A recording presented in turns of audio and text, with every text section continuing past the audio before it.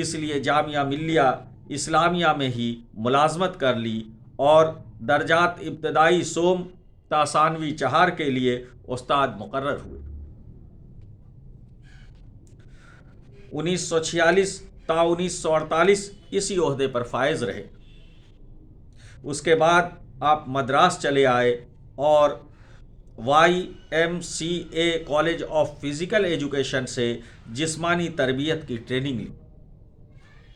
Training مکمل کرنے کے بعد آپ دوبارہ جامعہ ملیہ اسلامیہ آئے اور یہاں 1952 تا 1954 درس و تدریس کا کام کیا۔ 1955 میں آپ ریاستہائے متحدہ امریکہ آ گئے اور یہاں لنکن یونیورسٹی میں 1955 تا 1956 کے درمیان 47 کریڈٹ پوائنٹس حاصل کیا۔ سدرن ایلیلوائے یونیورسٹی ریاست متحدہ امریکہ سے 1957 میں MS ان ایجوکیشن کورس مکمل کیا۔ آگے چل کر 1965 میں اسی یونیورسٹی سے PhD کیا۔ اسی یونیورسٹی میں 1959 تا 1962 تعلیمی نفسیات، علم اعداد و شمار کے استاد کے طور پر خدمات انجام دیا۔ 1962 تا 1964 فردشٹبرگ اسٹیٹ کالج ریاستہائے متحدہ امریکہ میں عام نفسیات، بچوں کی نفسیات، نوجوانوں کی نفسیات، اجتماعی نفسیات اور انسانی نشو و نما جیسے موضوع کا درس دیا۔ امریکہ میں تدریسی کاموں میں بہتر خدمات کے لیے آپ کو کئی انعامات اور اعزازات سے بھی نوازا گیا۔ آپ میں بچپن سے ہی حب الوطنی کا جذبہ کوٹ کوٹ کر بھرا ہوا تھا، جس نے آپ کو وطن عزیز ہندوستان جنت نشان کی طرف لوٹنے کو مجبور کر دیا۔ آپ نے تعلیمی اعتبار سے ملک کے سب سے پسماندہ علاقہ کشن گنج کو اپنا تعلیمی تجربہ گاہ منتخب کیا۔ آپ نے کشن گنج کے دانشوروں سے رابطہ قائم کیا اور انہیں اپنے تعلیمی مشن کی جانکاری فراہم کرائی۔ دانشوران کشن گنج نے آپ کی آواز پر لبیک کہا اور آپ کے مشن میں آپ کے معاون ہو گئے۔ فروری 1966 میں آپ کی کاوشوں سے 28 اشخاص پر مشتمل تعلیمی کور کا قیام عمل میں آیا۔ اس تنظیم کا مقصد سید بھائی کی نگرانی میں تعلیم کو رضاکارانہ کوششوں کے ذریعے عام اور مؤثر بنانا تھا۔ سید حسن کو تعلیم و تربیت کے کام سے دلچسپی تھی۔ وہ چاہتے تھے کہ سند یافتہ کے بجائے تعلیم یافتہ شخصیتیں سامنے آئیں اور علم کو عمل سے واسطہ ہو، تعلیم سے سیرت میں نکھار آئے اور سماج میں سدھار ہو۔ سید حسن اس معاملے میں نہ مشرق کا پیرو تھے اور نہ ہی مغرب کا دلدادہ۔ آپ مشرق اور مغرب کی خوبیوں میں وقت، جگہ اور لوگوں کے لحاظ سے تال میل پیدا کرنے کے خواہاں تھے۔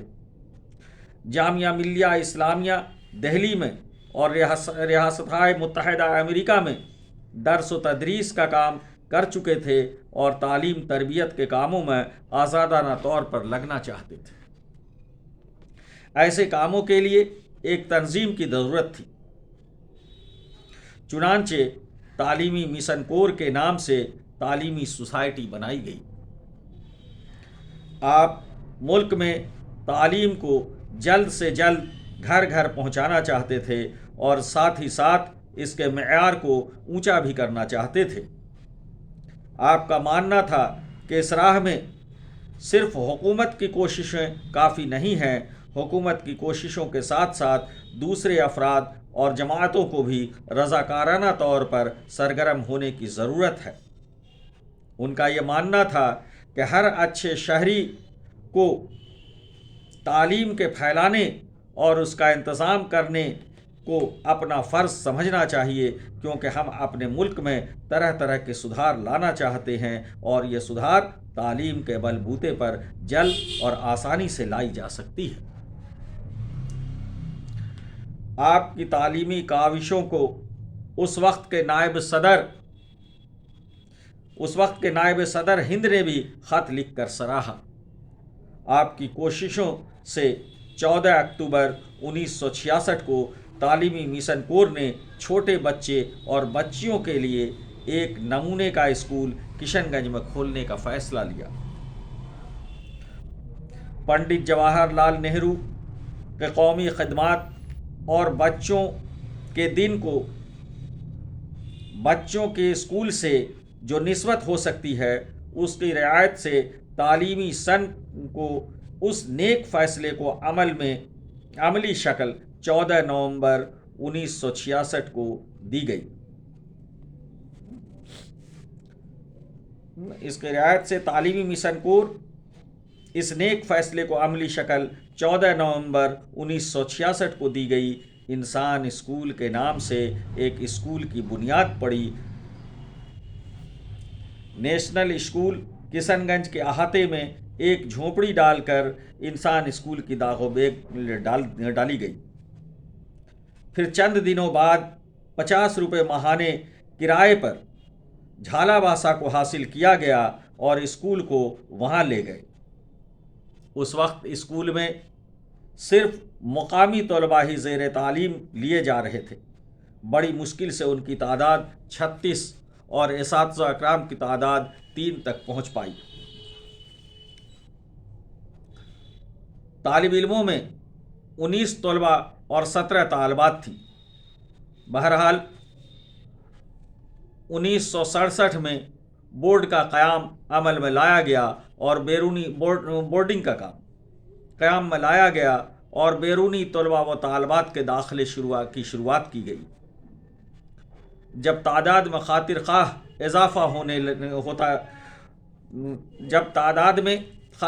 اضافہ ہوتے نظر آئے تو اسکول کو جھالاباسا سے سنتھاباسا منتقل کیا گیا۔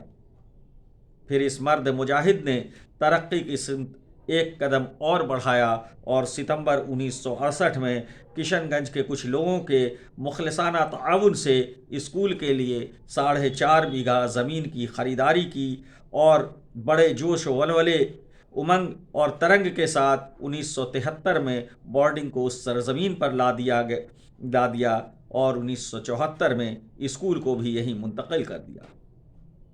اس کے بعد یہ ادارہ کامیابی و کامرانی کی راہ پر جس تیزی اور خود سلیقگی کے ساتھ رواں دواں ہوا کہ ایسا دیکھ کر دوست تو دوست، دشمن بھی اس کی سربلندی اور ترقی تسلیم کرنے کو مجبور ہو گئے۔ اسکول نت نئی ترقیاں حاصل کرتا رہا اور بچوں کی تعداد لگاتار بڑھتی رہی۔ اسی درمیان 24 اکتوبر 1980 کو انسان کالج کی بنیاد ڈالی گئی۔ انسان اسکول کے لیے مزید کافی زمینیں خریدی گئیں اور اسکول کا احاطہ شکچھا نگر کے نام سے موسوم ہوا۔ اسکول اور تعلیمی مشن کور کے کاموں کو سراہتے ہوئے اخبار سنگم نے 2 بار اسکول کے متعلق ایڈیٹوریل بھی لکھا۔ وزیر اعلیٰ کرپوری ٹھاکر اور گورنر اخلاق الرحمان کدوئی بھی اسکول میں تشریف لائے اور ڈاکٹر سید حسن کے تعلیمی مشن کی پذیرائی کی۔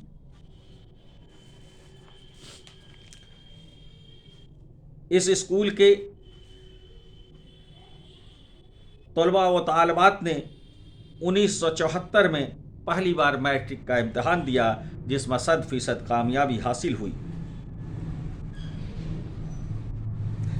انسان اسکول کی عظمت و سربلندی کے ڈنکے پیٹتی بورڈ کے امتحانات کے نتیجے کی گنتی ہر کس و ناکس کو دعوت و شوق دینے لگی اور آؤ اور دیکھو کہ عزم جواں اور پہم دواں ایک حوصلہ مند انسان کو کس طرح بلندی و برتری کی بنیادوں تک پہنچا دیتی ہے۔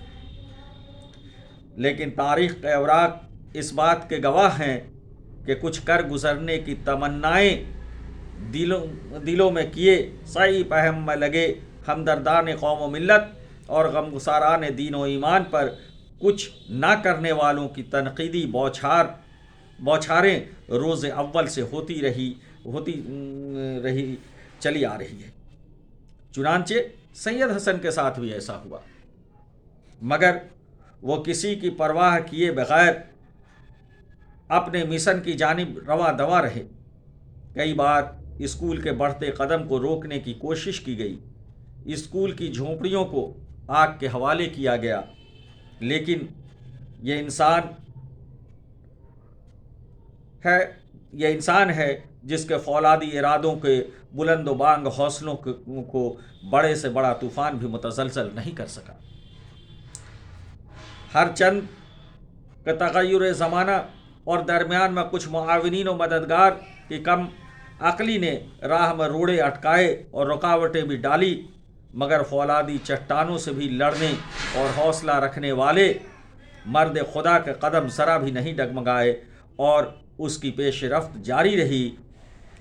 اس ادارے کو کامیابی و کامرانی سے ہمکنار کرنے میں سوائے چند معدودے کے جو درمیان سفر ساتھ چھوڑ گئے، سبھی اساتذہ کرام بھی برابر کا مخلصانہ معاون سید حسن کو حاصل رہا۔